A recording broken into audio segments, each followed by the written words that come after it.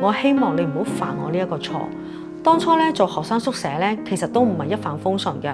我好記得咧，當初第一個樓盤嗰陣時咧，當我去揾一啲 agent 咧，同我去做放盤咧，結果咧2個禮拜咧都係冇任何嘅回覆㗎。咁後嚟咧，我就去同啲 agent 去傾點解我呢個盤咧仲未有客人想睇咧。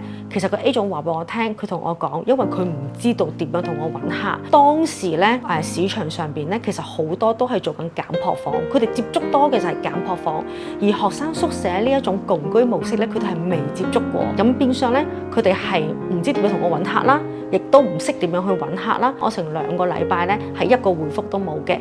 咁但係後嚟咧，我自己就諗辦法睇點樣解決啦。於是咧，我就將我啲樓盤嘅信息咧就擺咗上網，大概喺1個禮拜之內咧，喺網上亦都會有啲客見到咧，就係入住咗我個單位啦。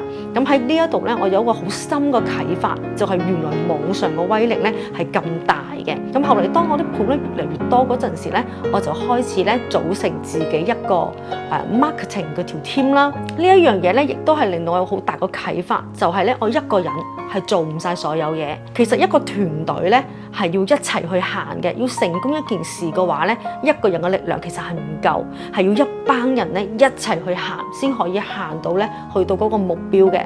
好感恩咧，我而家咧有一個好強大嘅團隊咧，係同我一齊去拼搏㗎。